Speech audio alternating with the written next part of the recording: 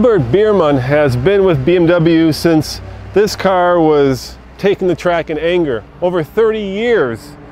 He is the Vice President of Engineering for the M Division, and I had a chance to have a long conversation with him about the new M3 and M4. So coming up next, more than everything you ever wanted to know about the new M cars from BMW.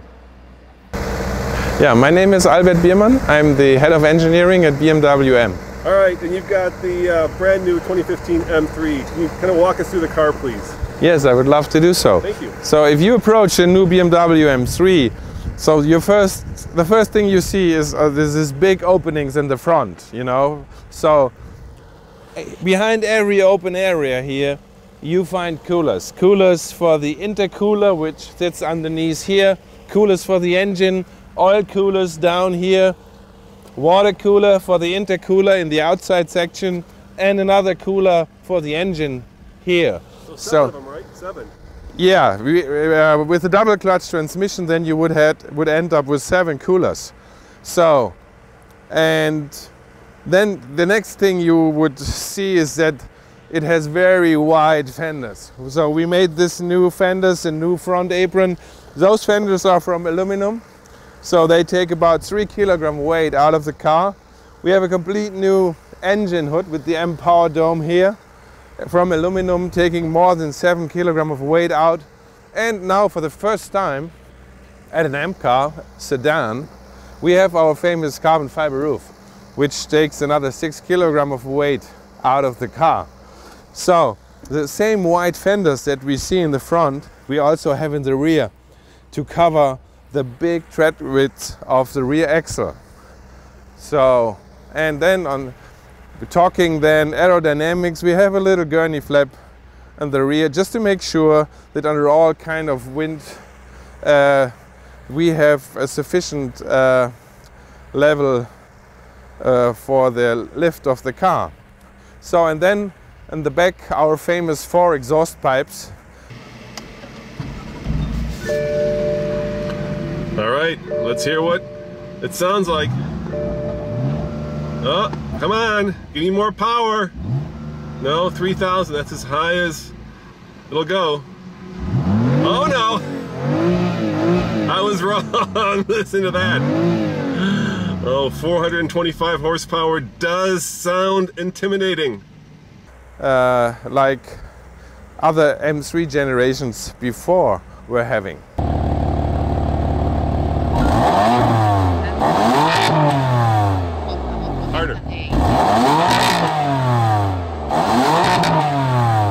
So, but the magic of this car is it's a very good everyday driver. It has a huge trunk, so a trunk good for shopping, good for vacation, and what it is a real 5-seater. So you can have 5 people in the car going into the city, yeah, shopping, or just for your daily commute. Are there any cars that, I mean, a 911, but you can't get 5 people in a 911? Yes, right. I mean, there are other cars out there claiming they are high-performance cars, but the range that the new M3 delivers, talking being a daily commuter and then being a very, very fast track car. This range of character, of, let's say, different jobs to handle, I think this is what we really have unique with the new M3. So we developed new seats, which give very good support when they're you lighter, right? They're a little bit less. they are lighter, and also the back seats. We took about 6 kilogram of weight out of the back seats. So this is what you see when you look at the car from the outside. So we have our nice M steering wheel, and this is a double clutch car with a double clutch shifter. And we have the M1 and the M2 buttons on the steering wheel where you can just choose from your favorite setting, and you can work the settings here next to the shifter. Those M buttons turn it into more of a track car, right? Yeah, that depends. You can adjust them as you want. So you can, if you find a nice setting for steering, for shock absorbers, for throttle response, or the DSC system, you just push and hold the M button and then this favorite setting is on that M button. And so it's very easy. Launch control as well? Yeah, we have the launch control, so you have to go to DSC off, the sportiest gearbox setting, and you can adjust the engine speed for the launch then also with the device that typically controls the speed of the car. Yeah. Is there an ideal speed to launch it at on the RPM? It depends on the grip level. Yeah. But the one we used is good to start with, and then you can try to make it even faster. You know. I noticed that BMW is unique in this. You no longer have a latch, right? You pull twice now. Yeah, you pull twice. Aerodynamically speaking, we have this air curtain feature here, where we get the air in here, and where we extract the air here, so we kind of mask the wheelhouse, and we retract air out of the wheelhouse with the air breather. That it comes here in combination with our M-Jill. So that's real, it's not fake. No, it's real, it's working. It's functional. Yeah, it's functional for aerodynamics. We go around this way. Yeah. So, and now this is the engine bay of the new M3 with our complete new inline-6 M twin power turbo engine, where we brought kind of two worlds together. So we have a history at M with high revving, very responsive, naturally aspirated engines. And we wanted to keep that because this is what people loved. So we made a high revving turbo engine, and it's very responsive, high revving, a very emotional driving character. And at the same time, we use direct injection Revtronic Venus technology to bring the fuel consumption down. So this engine now provides 38% more in torque than the predecessor's V8, but we could bring the fuel consumption 25% down, which is a lot. So this is another example of BMW efficient dynamics, and this is one of the masters of efficient dynamics, bringing 38% of torque up and 25% fuel consumption down. You've been with BMW over 30 years, right? 31 years, 31 yes. years. So is this the best M? For me, this is a favorite. In fact, I drive the new M3 right now, every day on the road, and yeah, the same setup, 19-inch Michelins. Tell me about the brakes. M ceramic brakes. Yeah, you can see them nicely here. Those are the optional M ceramic brakes, 6-piston caliper, ceramic rotors, and they are really a blast to drive here in Road America on the track. Now, I noticed that there's some cracking in the. Do you see that? Is that normal? Is that the normal way? That is a regular structure. It's no cracking. Okay, that's how it's supposed to be. It's supposed to be that way. Okay. Yeah. All right. And what's your favorite part of the new car? If you had to pick one part, engine, brakes, chassis, handling. The engine. Engine. The engine is my favorite part, and also the ceramic brakes, especially on the track here on the German Autobahn. This is such a nice feature. You can really work the car hard, and you don't need to worry. Now, America is your biggest M market, right? This is where. Yeah, by far. Yeah. So why do you think that is? Why are Americans so in love with the M car? We have a big family of M enthusiasts in the US. Yes. They like the concept, having M's as a daily driver and taking it out on the track day. We have a lot of M customers being members in the BMW Car Club of America. So they go to their chapter activities, they go to Oktoberfest, and they do autocross, they go on the track with their M cars. And so I think you find this enthusiasts of the philosophy and the character of M cars all over the world, but I think the US is especially good at that. Now, one of the most striking features from my point of view are the new mirrors. Is that aerodynamic or is that just cool? No, it also has it has also a little of an aerodynamic improvement. Yeah, it's really cool. Yeah. Look at that. But we also have a history in making really sharp outside mirrors, and we wanted to continue that. But if you open up the hood, so you immediately see this big intercooler where we feed extra cold air from coolers in the best spot in the front of the car to bring the charged air's temperature down. So the compressed air comes up, down from the turbos, going here through the intercooler. So we bring the temperature down by about 100 degrees Celsius. So we get nice, cool, charged air into the intake manifold. And this is key for the responsiveness and the power, the backup power in the summertime on the racetrack or on the German Autobahn, or if you go up in the mountains, we maintain that performance level. We don't lose a lot of performance. That was always a little bit of an issue when you have a naturally aspirated engine, when it's getting warm, when you go up in the mountains. Yeah, they are running out of talent a little bit.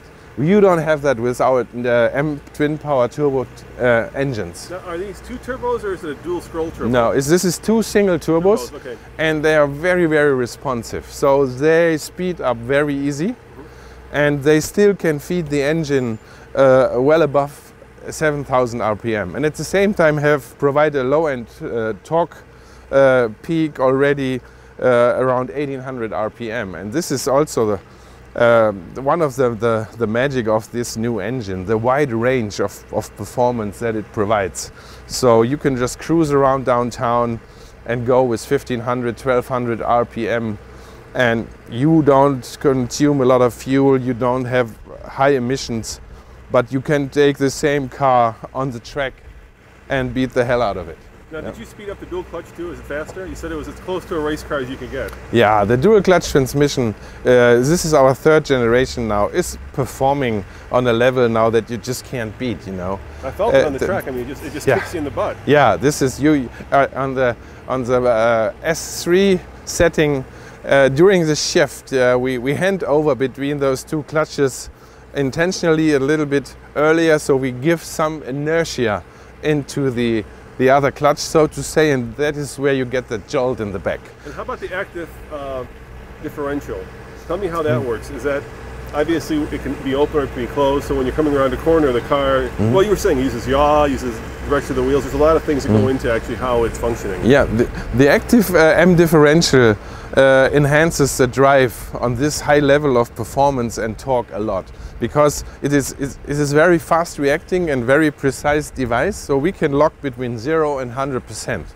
So, and it's integrated in our integrated chassis management, so depending on wheel speed, steering angle, throttle position, yaw rate, wheel speed, everything, we can decide if we lock or we unlock the differential. So when you come down the straight here in Route America,